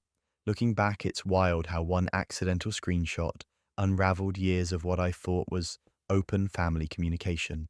It exposed secrets I didn't know existed, revealed manipulation I never would have expected from my own mum, and humiliated my dad in a way that I'm not sure he's fully recovered from. And the worst part is that all of it could have been avoided. If my parents had just been honest with us from the start, if my mum hadn't tried to orchestrate this elaborate plan, if they'd trusted us to help without judgment, none of this would have happened. Now, every time someone posts in that group chat, I brace myself a little bit, wondering what other secrets are lurking just one misplaced screenshot away from destroying what's left of our family's illusion of normalcy. Screenshots really are the modern-day Pandora's box, which brings me to a story about messages that were never supposed to be seen by anyone. My wife started seeing a therapist about 6 months into what I thought was just a rough patch in our marriage. She said she was dealing with anxiety, that work was stressing her out, and that talking to a professional might help. I was supportive. I encouraged her to go, offered to adjust my schedule so she could make her appointments, even helped her research therapists in our area until she found one she liked. I thought I was being a good husband. I thought we were working through something together. One evening I was sitting at my desk checking emails when I got a message from an address I didn't recognize. The subject line said something about session documentation and client notes. I assumed it was spam or maybe something sent to the wrong address, and I was about to delete it when I noticed my wife's name in the preview text. That stopped me. I opened the email and my stomach immediately dropped. It was a document attachment from her therapist's practice. Session notes. Detailed clinical notes about my wife's therapy sessions, written in that detached professional language therapists use. The email had clearly been sent to me by mistake, probably meant for a supervisor or maybe for my wife herself. I stared at the screen for a solid minute, knowing I shouldn't read it, knowing it was a violation of her privacy, but also knowing that if my name was in there, I had a right to know what was being said about me behind closed doors. I opened the document, and I wish I hadn't. The notes went back 3 months and covered at least a dozen sessions. The therapist had documented everything. My wife's complaints about our marriage, her feelings of being trapped, her frustration with our life together. But that wasn't even the worst part. There were detailed descriptions of an affair she was having with a coworker named Mark. Not a casual thing, not a one-time mistake, a full-blown relationship that had been going on for months. The therapist had written about how my wife described feeling alive again when she was with Mark, how she felt like I was too stable and boring, how she'd been building what the notes called an exit strategy. There were entries about how she was planning to leave me, but wanted to make sure her finances were in order first. She talked about opening a separate bank account, about consulting with a divorce attorney, about how she was just waiting for the right time to drop the bomb, and the therapist had just been documenting all of it, helping her process her feelings, never once suggesting that maybe she should, I don't know, talk to her husband about any of this.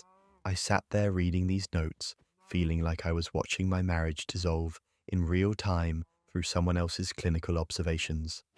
My wife had been sitting across from me at dinner, asking about my day, making plans for the weekend, all while actively planning to blow up our life together.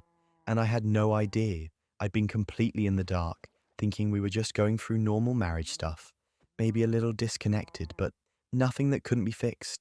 I printed out the notes, all of them. Then I waited for my wife to get home from her evening yoga class, which I now realized was probably not yoga at all. When she walked in, I was sitting at the kitchen table with the printed pages in front of me. She saw them, saw my face, and immediately knew something was wrong. She asked what I was doing, and I just slid the papers across the table toward her. I watched her face as she started reading, watched the color drain, watched her expression shift from confusion to panic to anger.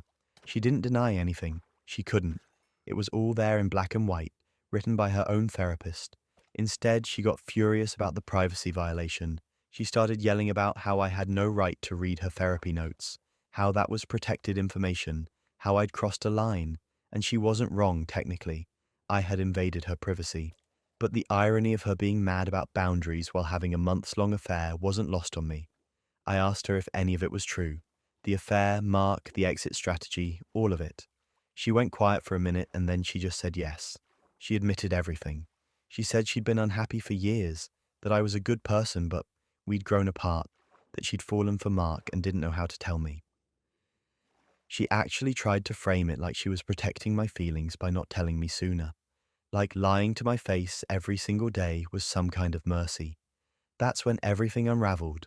I told her I wanted a divorce, not because I was angry, though I was, but because there was nothing left to save. You can't come back from months of calculated deception. You can't rebuild trust when someone has been actively dismantling your life while pretending everything was fine. She moved out that week, went straight to Mark's place, and we started the divorce process immediately. But I wasn't done. The therapist had violated federal privacy laws by sending me those notes. Whether it was an accident or not, she'd breached confidentiality in a massive way.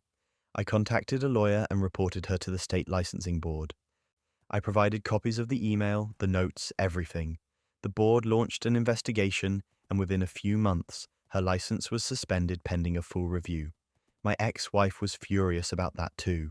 She said I was being vindictive, that I was ruining an innocent person's career over a mistake. But here's the thing. That therapist had been helping my wife plan to leave me for months, without ever suggesting she actually communicate with me. She'd been complicit in the deception, maybe not intentionally, but through her silence and her professional enabling of my wife's avoidance. And then she sent me the evidence of all of it. If that's not grounds for losing your license, I don't know what is. The divorce was finalized about 8 months later. My ex got half of our shared assets, which was fair, and we split everything as cleanly as possible. No kids, no complicated custody arrangements, just two people who'd stopped being partners a long time ago, finally making it official. She's still with Mark as far as I know. They moved in together, probably living out whatever fantasy she'd been building in those therapy sessions. The therapist ended up losing her license permanently. The board found that she'd violated multiple ethical guidelines, not just the email breach, but also the way she'd handled my wife's sessions. Apparently, there are rules about therapists encouraging clients to communicate with their partners when infidelity is involved, and she'd done the opposite. She'd helped my wife hide it, process it, and plan around it without ever addressing the harm it was causing. The email mistake just brought everything to light. I've thought a lot about whether I should have read those notes. Part of me still feels guilty about it, like I violated something sacred. But another part of me knows that if I hadn't, I'd probably still be in that marriage, oblivious, while my wife continued her double life. Those notes saved me from wasting more years on a relationship that was already over. They gave me the truth, even if I had to steal it to get it. I don't trust marriage the way I used to. I don't trust therapy the way I used to either, which is probably unfair because most therapists aren't sending client notes to the wrong email addresses. But I can't shake the feeling that there are all these private conversations happening around me. People making decisions about my life without including me, and I'm just supposed to trust that everyone has good intentions. My ex tried to reach out a few months after the divorce was finalized. She sent me a long email apologizing for how everything went down, saying she handled it badly, that she should have been honest sooner. I didn't respond. What's the point? She made her choices, I made mine, and now we both get to live with the consequences. I'm doing okay now. I sold the house, moved to a different part of town, started over in a lot of ways. I'm not dating yet, not ready to open myself up to that kind of vulnerability again. Maybe eventually. For now, I'm just trying to rebuild some sense of normalcy and figure out who I am outside of a marriage that was apparently a performance for longer than I realized. Those therapy notes were supposed to be confidential. They were supposed to stay between my wife and her therapist, locked away in some secure file system. Instead, they ended up in my inbox and they destroyed everything. But in a weird way, I'm grateful. Better to know the truth and deal with the pain than to keep living in a comfortable lie. Email mistakes seem to be a recurring theme in life's worst moments, and the next person learned that lesson in the most publicly humiliating way possible. I'd worked at this marketing firm for 3 years, and for the first 2.5, everything was fine. Then we got a new department head named Brian, and suddenly my entire work life became a nightmare. Brian had it out for me from day one. I never figured out why. Maybe he didn't like that I'd been there longer than him. Maybe he felt threatened. Or maybe he was just one of those managers who needs someone to antagonize to feel powerful. Whatever the reason, he made it his mission to get rid of me. It started small. He'd write me up for being 2 minutes late, even though half the office rolled in whenever they felt like it. He'd critique my work in front of other people during meetings, pointing out tiny details that didn't matter and acting like I'd committed some major error. He'd assign me projects with impossible deadlines and then act disappointed when I asked for extensions. Classic power trip stuff, but methodical enough that it was hard to call out without sounding paranoid. I tried to keep my head down and do good work, thinking eventually he'd move on to someone else or just get bored. But Brian wasn't the type to get bored. He was the type to double down. After about 6 months of this, he called me into his office on a Thursday afternoon and told me to close the door. I knew it wasn't good. He had this smug look on his face, the kind of expression that told me he'd been waiting for this moment. He said I was being terminated for performance issues. Just like that. No warning, no performance improvement plan, just fired. I felt my stomach drop. I asked what specific performance issues he was talking about, because my metrics were solid. I'd hit every target, closed deals, brought in clients. He waved his hand dismissively and said it was a cumulative assessment of my attitude and work quality. Completely vague, completely subjective, and completely designed to make sure I had no grounds to fight back. I asked if I could see the documentation. He seemed annoyed but said fine, he'd print everything out. He turned to his computer and started clicking around to pull up whatever fake paper trail he'd created to justify firing me. That's when I noticed his screen. He had his email open, but it wasn't his work email. It was a personal Gmail account, and I could see the inbox clearly from where I was sitting. One of the emails near the top had a profile picture I recognized immediately. It was Linda, our HR director. The subject line was something like "Re tonight," and I could see the preview text showed part of a message that was definitely not work appropriate. My brain went into overdrive. I pulled out my phone, pretended to check a text, and angled it just right to snap a photo of his screen. I got it in one shot before he turned back around with a stack of papers. He handed me the termination paperwork, and I skimmed through it. It was all fabricated, incidents that never happened, complaints from co-workers that I knew were fake because I got along fine with everyone. He'd constructed an entire narrative to justify getting rid of me, and Linda from HR had obviously signed off on it because her signature was at the bottom. I felt sick, not just because I was losing my job, but because the whole thing was corrupt from the top down. I left the office that day with a box of my stuff, and I went home and just sat there staring at the wall for an hour. Then I looked at the photo I'd taken. I zoomed in and started reading the email thread between Brian and Linda. And here's where it gets absurd. They were having an affair. That much was obvious from the messages, but they were also using that email account to talk about company business. There were emails discussing employees they wanted to get rid of, people who they thought knew too much about their relationship, or who'd caused problems for them in meetings. My name came up multiple times, In one email, Brian literally wrote that he needed to fire me before I figured out what was going on. I hadn't figured out anything. I didn't even know there was something to figure out. But apparently they'd convinced themselves I was some kind of threat, and Linda had helped him build a fake case against me so they could eliminate the problem. There were other employees mentioned too, people who'd been fired or pushed out over the past year. It was a whole conspiracy. I didn't sleep that night. I just kept reading the emails and trying to decide what to do. I could go public, but that felt risky. I could contact a lawyer, but that would take time and money I didn't have. Then I thought about the CEO. She was fairly new to the company, brought in about a year ago to clean things up after some financial issues. She seemed like the type who actually cared about ethics and wouldn't tolerate this kind of behavior. So I created a burner email account and sent her the photo along with a brief explanation of what I'd found. I sent it late that night and then tried not to obsess over whether she'd even see it or take it seriously. The next morning, I woke up to an email from the company's legal team asking me to come in for a meeting. My heart was pounding. I thought maybe I'd screwed up, that they were going to accuse me of hacking or invasion of privacy or something. But when I got there, it was the CEO, the head of legal, and an outside investigator they'd brought in. They asked me to walk them through everything: how I'd seen the email, what I'd observed, why I thought it was relevant. I told them the whole story, showed them the original photo, and explained that I'd been fired the day before based on what I believed was retaliation. The CEO looked furious, not at me, but at the situation. She thanked me for coming forward and said they'd be conducting a full internal investigation. That's when everything unraveled. Within a week, both Brian and Linda were fired. Not quietly either.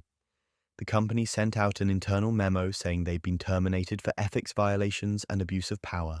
Turns out I wasn't the only person who complained about retaliation. Once the investigation started, other employees came forward with their own stories. People who'd been written up unfairly, passed over for promotions, or pushed out entirely because they'd somehow ended up on Brian's bad side. The company offered me my job back with a formal apology and a promotion to senior account manager. They also gave me back pay for the time I'd been terminated and assured me there would be no retaliation for coming forward. I almost didn't take it. Part of me wanted to walk away from the whole mess and start fresh somewhere else. But another part of me wanted to stay, just to prove that I'd outlasted the people who tried to destroy me. I took the job, and honestly, it's been fine. Better than fine, actually. The new department head is competent and professional, and the whole culture shifted once Brian and Linda were gone. People started talking more openly about problems, and there was this collective sense of relief that the toxic leadership was finally gone. I heard through the grapevine that Brian tried to sue the company for wrongful termination, but it went nowhere because the evidence against him was overwhelming. Linda apparently moved to a different city and works in a completely different industry now. I don't know if they're still together, and I don't really care. They built their entire scheme on the assumption that they were untouchable, and it collapsed the second someone actually looked at what they were doing. The weirdest part is that I never set out to expose them. I just wanted documentation for my termination, and I happened to glance at a computer screen at exactly the right moment. If Brian had closed his email or turned his monitor, none of this would have happened. He'd probably still be there, still making people's lives miserable, still abusing his power with Linda's help. One careless moment brought down their entire regime. Corporate revenge is satisfying, but nothing quite compares to the chaos of a workplace frame-up gone horribly wrong. I'd been working at this marketing firm for 3 years when a senior project manager position opened up. It was the kind of promotion that would change everything: better pay, actual creative control, a team to manage. I applied immediately, and so did my coworker Rachel. We'd always been friendly enough, grabbing coffee occasionally, collaborating on projects when we had to. But the second we were both in the running for this position, the vibe shifted. She became distant, competitive in a way that felt a little too intense. I figured it was just the pressure of the situation and tried to keep things professional. We were both given separate projects to prove ourselves, kind of like a final test before the promotion decision. Mine was a rebrand for a major client, and I'd been working on it for weeks. Rachel's project was a digital campaign for another big account. We both had access to the same shared drive where we stored our work files, presentation decks, research, all the usual stuff. I didn't think anything of it because we'd been using that system for years without issues. Then one morning, my manager Sarah called me into her office with this look on her face that immediately made my stomach drop. She closed the door and asked me to sit down, and I knew something was seriously wrong. She told me that Rachel's project files had been deleted from the shared drive over the weekend, and that the deletion had been traced back to my login credentials. I just stared at her, completely confused. I told her I didn't delete anything, that I hadn't even accessed Rachel's folder because I had no reason to. Sarah looked uncomfortable and said the IT logs were clear. My username, my timestamp, my access point. She said she didn't want to believe I'd sabotage a coworker, but the evidence was pretty damning. I felt like I was in the Twilight Zone. I asked to see the logs myself, and sure enough, there it was. My login, accessing Rachel's folder at 2 in the morning on Saturday, deleting multiple files, but I'd been at home asleep at 2 in the morning. I told Sarah I hadn't touched my work laptop all weekend, that someone must have used my credentials without my knowledge. She said she wanted to believe me, but without proof, she had no choice but to put me on administrative leave while they investigated further. I left that meeting feeling nauseous and panicked. I was about to lose my job over something I didn't do, and I had no idea how to prove my innocence. I went straight to IT and begged them to do a deeper investigation. I told them there was no way I'd deleted those files and that someone had to have stolen my password. The IT guy, his name was Marcus, said he'd take another look at the logs and see if anything seemed off. I spent the rest of the day sitting at home spiraling, replaying every interaction I'd had with Rachel, trying to figure out if she could have done this. It seemed insane, but who else would benefit from me getting fired right before the promotion decision? 2 days later, Marcus called me and said he'd found something. A keylogger had been installed on my work laptop about a month ago, hidden in a file that I'd downloaded from an email. He traced the email back to an internal address, and it was from Rachel. She'd sent me what looked like a shared document link.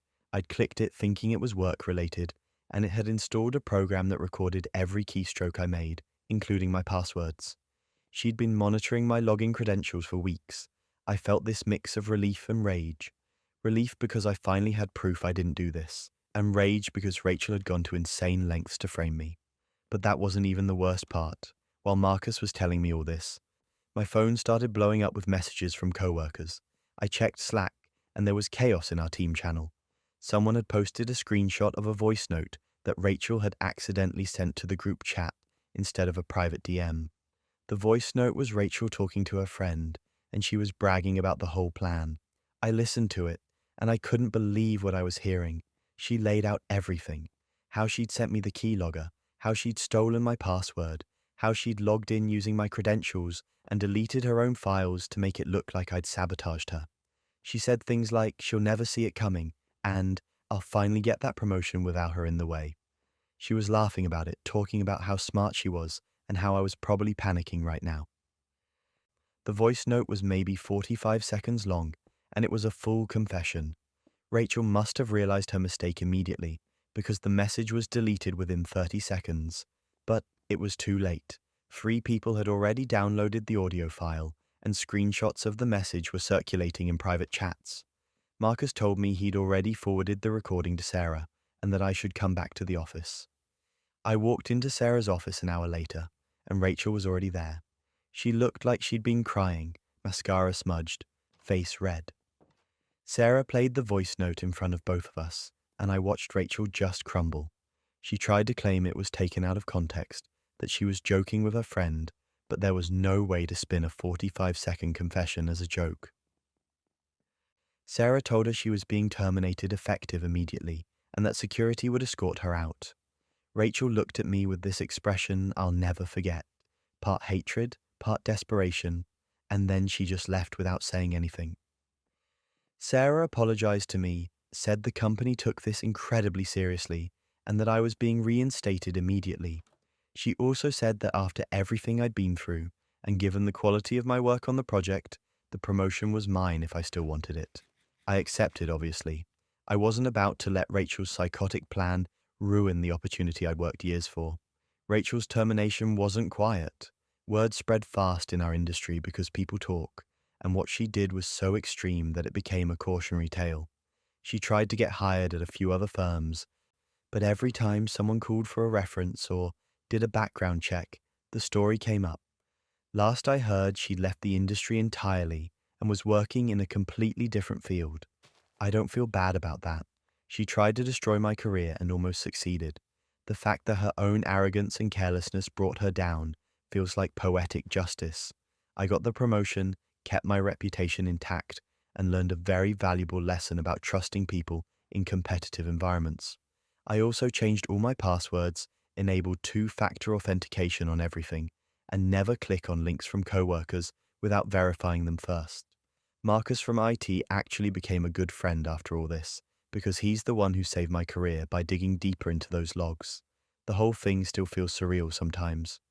If Rachel hadn't accidentally sent that voice note to the team channel, if those 3 people hadn't downloaded it in time, if IT hadn't found the keylogger, I'd probably be unemployed right now with a destroyed reputation. But she got sloppy, and her need to brag about how clever she was ended up being her downfall. Karma worked overtime on that one, and I'm not complaining. Speaking of messages that expose the truth, sometimes social media becomes a weapon in the wrong hands until it backfires spectacularly. My ex and I dated for about 2 years before I finally ended things. The relationship had become toxic, lots of arguing, him being controlling, me feeling like I was walking on eggshells all the time. When I broke up with him, I tried to do it as respectfully as possible. I told him we weren't working, that I needed space, and that I hoped we could both move on peacefully. He did not take it well. He cried, he begged me to reconsider, and when I didn't change my mind, he got angry. He said I'd regret this, that I was making a huge mistake, and that I'd embarrassed him in front of his friends by ending things. I thought it was just the usual breakup emotions, and that he'd calm down eventually. I was very wrong. About a week after the breakup, I started getting messages from friends asking if I was okay and if the things they were seeing online were true. I had no idea what they were talking about until someone sent me a link to a Facebook post my ex had written. It was long, detailed, and completely fabricated. He claimed I'd been emotionally abusive throughout our relationship, that I'd manipulated him, isolated him from his friends, and even hinted that I'd been physically violent. None of it was true, not a single word, but it was written in this convincing, victimized tone that made him sound credible. People were commenting with support for him, calling me terrible things, saying they always knew something was off about me. I felt sick reading it. I tried to respond calmly, posting a comment saying that his claims were false and that I was hurt he'd chosen to lie publicly rather than process the breakup privately. He deleted my comment within minutes and blocked me. Then he posted on Twitter with similar accusations, tagging mutual friends and even some of my coworkers. He started a whole narrative that I was this toxic, dangerous person, and people who didn't know me well enough to question it just believed him. The harassment didn't stop there. He created fake accounts on Instagram and Reddit, accounts with random usernames that would send me messages calling me abusive, telling me I deserved to suffer, that everyone knew what I really was. I blocked them as they popped up, but new ones kept appearing. It felt like I was under siege from all directions, and I didn't know how to make it stop. Then he escalated in a way I never saw coming. He sent emails to my employer. I worked at a mid-sized tech company, and he somehow found the HR department's contact info. He sent them messages claiming I was mentally unstable, that I'd made threats against him, and that I was a liability to the company. My boss called me into her office one day, looking concerned, and asked if everything was okay at home. She said they'd received some concerning emails about me and wanted to make sure I had the support I needed. I was mortified. I explained that my ex was harassing me, that everything he'd said was lies, and that I was trying to handle it. She was understanding, but I could tell the situation had already affected how she saw me. I filed a police report, brought screenshots of the posts and messages, and explained the whole situation. The officer was sympathetic, but said that unless he made a direct threat or showed up at my house, there wasn't much they could do. They classified it as harassment and said to keep documenting everything, but that it wasn't enough for criminal charges yet. I left the station feeling helpless and frustrated. For weeks this continued. More fake accounts, more posts, more people reaching out to ask if I was okay or to tell me they'd heard things. My mental health was tanking. I stopped posting on social media entirely, stopped going out as much, and just tried to make myself as invisible as possible. I felt like my ex had successfully turned my life into a nightmare, and there was nothing I could do to stop him. But that wasn't even the worst part. One night, he sent me a series of messages from his real account. I guess he'd been drinking or just got careless, because the messages were unhinged. He said he was going to destroy my career, that I'd embarrassed him by breaking up with him in front of his friends, and that he wanted me to feel the same humiliation he'd felt. Then, and this is the part that changed everything, he admitted he'd made everything up. He literally wrote, "You know none of it's true, but it doesn't matter because everyone believes me now." I stared at those messages for a solid 5 minutes, my hands shaking. He'd just confessed, in writing, that he'd fabricated the entire smear campaign. He'd admitted to lying about me publicly, to creating fake accounts to harass me, and to contacting my employer with false claims. I took screenshots of everything immediately, backed them up to 3 different places, and then I thought about what to do next. I remembered that my ex worked at a prestigious law firm. He was an associate attorney, and the firm had a very strict code of ethics. They were the kind of place that cared deeply about reputation, both their own and their employees. I pulled up the firm's website, found the managing partner's email address, and wrote a carefully worded message. I explained that I was being harassed by one of their associates, provided context about the breakup, and attached the screenshots of his messages admitting he'd fabricated everything. I didn't ask for anything specific, just said I thought they should be aware of the behavior of someone representing their firm. I sent the email and then tried not to obsess over whether it would make a difference. 2 days later, my ex's harassment stopped completely. No more messages, no more fake accounts, no more posts. It was like someone had flipped a switch. A week after that, I heard through a mutual acquaintance that he'd been fired. The law firm had reviewed the evidence, determined that his conduct was unethical and unbecoming of someone in their profession, and terminated him immediately. His professional reputation, the thing he'd worked years to build, was destroyed. Word spread in the legal community because these kinds of firings don't stay quiet. He'd gone from being a rising associate at a top firm to being unemployable in his field. Last I heard, he'd left the legal profession entirely and was working some random office job completely unrelated to law. I also went back to the police with the new messages and got a restraining order. With his written confession and the pattern of harassment, the judge granted it without hesitation. He was legally prohibited from contacting me or coming within a certain distance of my home or workplace. The order is still active, and he's followed it as far as I know. The online posts he'd made started getting deleted, either by him or by the platforms after I reported them with evidence of harassment. Several of his friends, people who'd initially believed his lies, reached out to apologize. They said they felt manipulated and that they were sorry for not questioning his story more critically. I appreciated the apologies, but the damage had already been done to some of those relationships. Looking back, the whole thing was exhausting and traumatic in ways I'm still processing. But there's a certain satisfaction in knowing that he destroyed himself. I didn't have to do much beyond forwarding his own words to the right people. He handed me the evidence I needed to protect myself, and his employer did the rest. He wanted to ruin my career and reputation, and instead he tanked his own. The irony isn't lost on me. I'm doing better now. I've rebuilt my social media presence, reconnected with friends who stood by me, and moved on with my life. I'm more cautious about who I trust and more aware of the ways people can weaponize the internet. But I also know that the truth has a way of coming out eventually, especially when people get arrogant enough to confess in writing. Online drama is exhausting, but it's even worse when the person causing chaos is someone you're trying to help, as this next story proves. My friend Jenny and I had been close since college. We'd been through breakups, job changes, family drama, all the usual stuff that bonds people together over the years. So when she started dating this guy Chris about a year ago, I was genuinely happy for her. She seemed excited and I wanted to be supportive. But from the first time I met him, something felt off. Chris was charming in that way that feels almost rehearsed.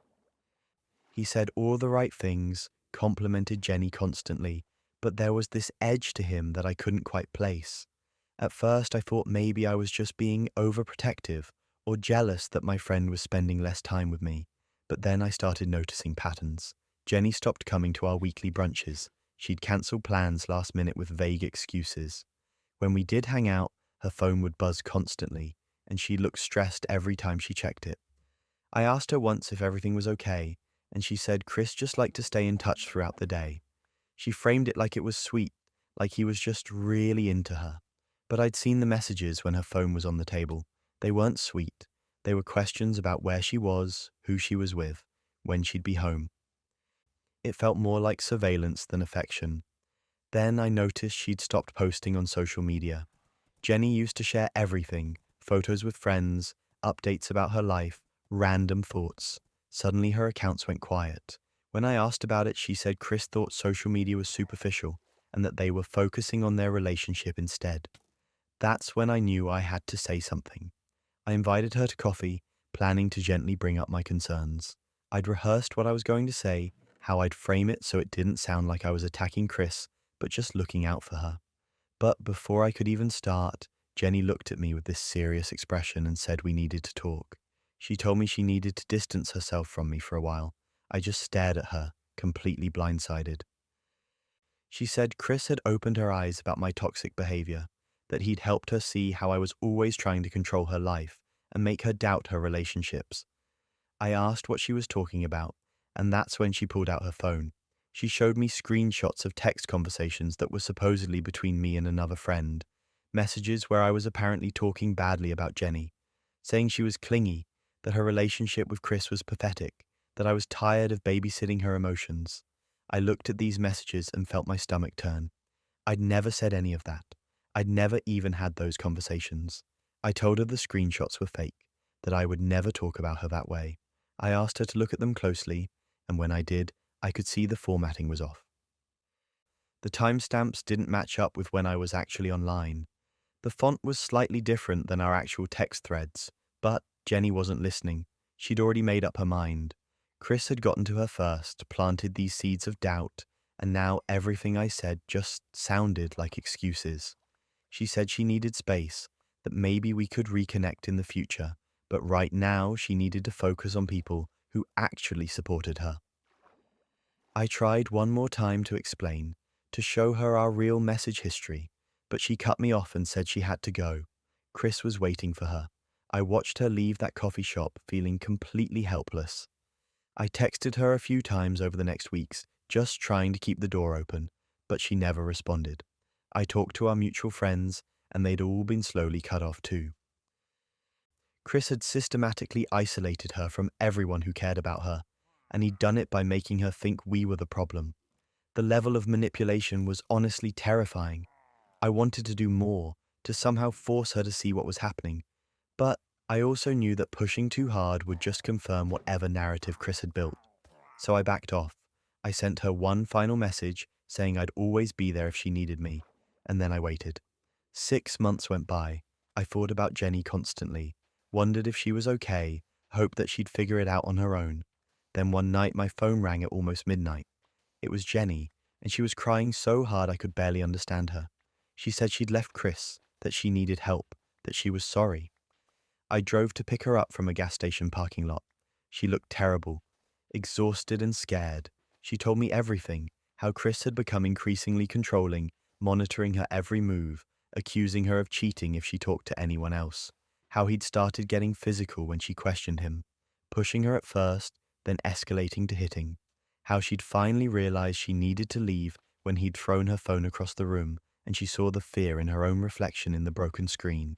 She admitted that the screenshots had been fake, that Chris had created them using some app. She said he'd done the same thing with other friends, fabricated evidence to make her think everyone was against her, so she'd only rely on him. She apologized over and over, saying she should have listened to me, that she'd been so stupid. I told her she wasn't stupid, that abusers are experts at manipulation, and that the important thing was she got out. I helped her file a restraining order the next day, went with her to the police station, sat with her while she gave her statement, helped her find a lawyer. Chris violated the restraining order twice, showing up at her work and her apartment, and both times we documented it and reported it. He's facing charges now, and Jenny hasn't seen him in months. We're rebuilding our friendship slowly. There's still some hurt there on both sides. She feels guilty for cutting me off and not believing me. I feel sad that I couldn't protect her from what happened, but we're working through it. She's in therapy, dealing with the trauma and learning to recognize red flags. I'm learning that sometimes all you can do is be there when someone's ready to accept help. The whole experience taught me something dark about how abusers operate. They work faster than friends, they isolate their victims before anyone can intervene, and they're strategic about it. Chris knew exactly what he was doing when he showed Jenny those fake screenshots. He knew I was going to try to warn her, so he preemptively destroyed my credibility. It was calculated and cruel, and it almost worked. Jenny told me recently that she started dating again, very casually, and that she's hyper-aware now of controlling behavior. She said she sees Chris in every red flag and that it makes her anxious, but her therapist is helping her work through it. I'm proud of her for getting out and for doing the work to heal. Not everyone does. I still think about how close we came to losing her completely. If Chris had been just a little more careful, if Jenny had stayed just a little longer, things could have ended very differently. But she got out, and that's what matters. Manipulation is a terrifying thing, and sometimes it happens so close to home that you can literally hear it through the walls. I live in one of those suburban neighborhoods with an HOA that takes itself way too seriously. You know the type. They'll send you a violation notice if your mailbox is the wrong shade of black or if your grass is a quarter inch too tall. I'd learned to live with it, follow the rules, keep my head down. But then my neighbor Tom decided to make my life a living nightmare. It started when I asked him politely if he could trim the branches from his tree that were hanging over my fence. They were dropping leaves and debris all over my yard, and I was tired of cleaning it up. I thought it was a reasonable request. Tom did not. He got defensive, said the tree was on his property, and he'd do what he wanted with it. I dropped it because I didn't want to start a war over some tree branches. Turns out the war was coming whether I wanted it or not. A week later, I got a notice from the HOA. I'd been reported for excessive noise. The complaint claimed I'd been playing loud music late at night and disturbing the neighborhood. I was confused because I'm usually asleep by 10, and I don't even own a stereo system. I called the HOA to dispute it, and they said they'd received a formal complaint from a neighbor, and that I needed to be more considerate. I asked who filed the complaint, but they wouldn't tell me. I had a pretty good idea, though. Then the violations started piling up. I got fined for parking my car 2 inches over the designated line in my driveway. 2 inches. I got another notice saying my garden gnome was unapproved decorative lawn ornamentation and needed to be removed immediately. I'd had that gnome for 3 years and nobody had ever said anything about it. Another fine came for having my trash cans visible from the street on a non-collection day, even though I'd just forgotten to bring them in that morning. It was obvious harassment. Tom was reporting me for every tiny thing he could find, and the HOA was eating it up because they love any excuse to flex their authority. I was furious, but I didn't know how to fight back without looking petty. Then I remembered something. I had a security camera mounted near my garage that faced the street. It was angled to capture anyone approaching my front door, but it also partially captured Tom's driveway across the street. I pulled up the footage from the past few months and started scrolling through. At first, I was just looking to see if I could catch Tom doing something that violated HOA rules, maybe parking illegally or leaving his trash cans out too long. But what I found was so much better. Tom had been running an entire illegal car flipping operation out of his garage. Cars were coming and going at all hours, different vehicles every few days. He'd buy junkers, fix them up in his garage, and sell them for profit, which would be fine, except he was doing it in a residential neighborhood with strict zoning laws that prohibit commercial business operations. The HOA rules explicitly state that garages can't be used for business purposes, but that wasn't even the worst part. I watched footage of Tom doing loud mechanical work at 1 in the morning, angle grinders sparking, engines revving, music blasting from his garage. The same noise complaints he'd been filing against me. He was actually guilty of times 10, and he had commercial signage, small signs but visible, posted on his garage door advertising his services, complete with a phone number. I couldn't believe my luck. I went through months of footage and compiled every instance of a vehicle transaction, every late-night repair session, every zoning violation I could find. I timestamped everything, organized it into a neat folder, and wrote up a formal complaint to the HOA. I attached the video evidence and submitted it all through their official complaint portal. The HOA response was swift and brutal. Tom received a formal notice of multiple violations within a week. Running a commercial operation from a residential property, noise violations, unauthorized signage, improper use of garage space, the list went on. The fines were in the thousands. He was ordered to cease all business operations immediately and remove any commercial materials from his property. Tom lost his mind. He came over to my house yelling, accusing me of spying on him, threatening to sue me for invasion of privacy. I calmly reminded him that my security camera was pointed at my own property and the street, which is public space, and that I had every right to record what was visible from my home. I also reminded him that he'd started this whole thing by harassing me with fake complaints. He stomped off, and I filed a report with the HOA about his threatening behavior. The HOA started watching Tom closely after that. Every little thing he did was scrutinized. He tried to retaliate by filing more complaints against me, but the HOA dismissed them because they could see the pattern of harassment. Meanwhile, his fines kept piling up. He'd get notices for the same violations over and over because he couldn't fully shut down his operation without losing income. So he'd try to sneak in repairs late at night and get caught again. Things went from bad to unhinged when Tom put his house up for sale. He couldn't afford the fines and he couldn't run his business anymore, so he just decided to leave. The for sale sign went up about 4 months after my initial complaint. I won't lie, I felt pretty satisfied watching him pack up and move out. He'd tried to weaponize the HOA against me for asking him to trim a tree, and it backfired spectacularly. The new neighbors who moved in are fantastic. Quiet, friendly, no illegal business operations. They even trimmed the tree branches without me having to ask. We've become pretty good friends, actually, and I told them the whole story over beers one night. They thought it was hilarious. I learned a valuable lesson from all this. In suburban HOA warfare, security cameras are your best friend. They protect you from false accusations and they document everything your neighbors are doing wrong. I've since added 2 more cameras to cover different angles of my property, and I sleep a lot better knowing that if anyone tries to come after me again, I'll have receipts. Tom tried to bury me with petty complaints and fake violations, but he forgot that people who live in glass houses shouldn't throw stones. Or in his case, people who run illegal businesses out of their garage probably shouldn't start fights with neighbors who have security cameras. And that's where we'll close the book on today's collection of chaos, betrayal, and unexpected karma. If you've made it this far, you're officially part of the club, the people who can't look away from a good Reddit disaster.